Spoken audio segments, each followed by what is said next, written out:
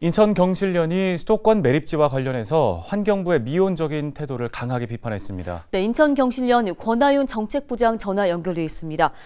부장님, 먼저 논평을 통해서 현 정부의 수도권 공동사용 대체 매립지가 답보 상태라는 비판을 해주셨는데요. 어떤 문제점들이 있는지 좀 구체적으로 짚어주실까요? 윤석열 대통령은 대선 후보 시절 차기 정부를 맡게 되면 인천 시민들께서 반대하시는 쓰레기 매립지는 총리실에 맡겨 대체 매립지를 확보하겠다고 공약하였습니다. 그래서 인천시가 2022년도 안에 수도권 매립지 4자 협의체의 틀로 환경부 장관과 시도지사 등 기관장들이 만나 대체 매립지 확보 방안을 논의하자고 제안했지만 주무부서인 환경부는 뚜렷한 회의 일정을 내놓지 않는 등 미온적인 태도로 일관하고 있습니다.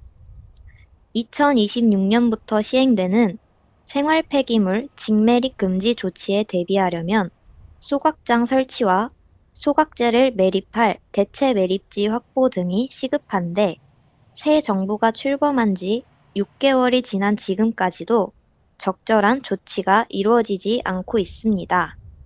수도권 시민이 공동으로 사용하는 대체 매립지 확보 공약은 답보 상태입니다.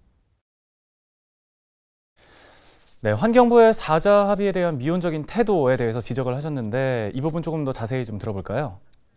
지난 2015년 환경부 장관과 서울, 경기, 인천의 시도지사들은 수도권 매립지 정책 4자 협의체 최종 합의서에 사인했습니다.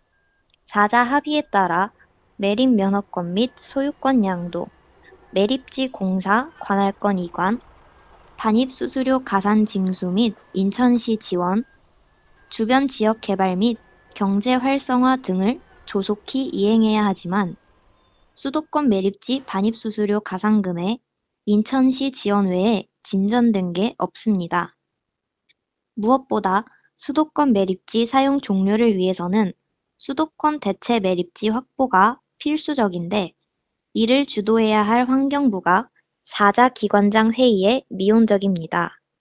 게다가 수도권 매립지 사용 종료 및 대체 매립지 확보에 역할할 수 있는 수도권 매립지 관리공사의 인천시 이관에도 적극적이지 않습니다.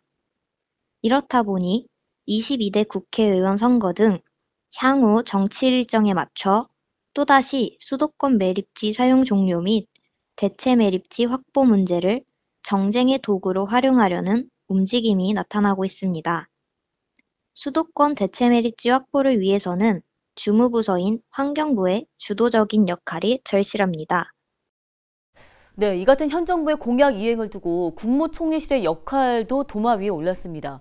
새 정부가 들어선 지 지금 9개월이 지났는데요. 이럼에도 불구하고 현재 국무조정실에서 이 수도권 매립지에 대한 뚜렷한 계획이 공개가 되지 않은 것으로 알고 있습니다. 이 부분에 대한 입장은 어떤 건지요? 윤석열 대통령은 국무총리실에 맡겨 임기 내 수도권이 공동으로 사용할 대체 매립지를 확보하겠다고 공약했습니다. 그러나 취임한 지 9개월이 지난 시점인데도 총리실에선 아무런 준비가 없다고 합니다. 이에 대통령 임기 내에 공약을 실현하려면 총리실 산하에 관련 조직이나 업무를 신설하도록 촉구해야 합니다. 그래야 주무부서인 환경부도 수도권 대체 매립지 확보 문제를 주도적으로 풀어나갈 것입니다. 인천 시민의 대통령 공약 이행 촉구 캠페인이 절실한 때입니다. 네, 말씀 여기까지 듣겠습니다. 인천 경실련 권하윤 정책부장이었습니다.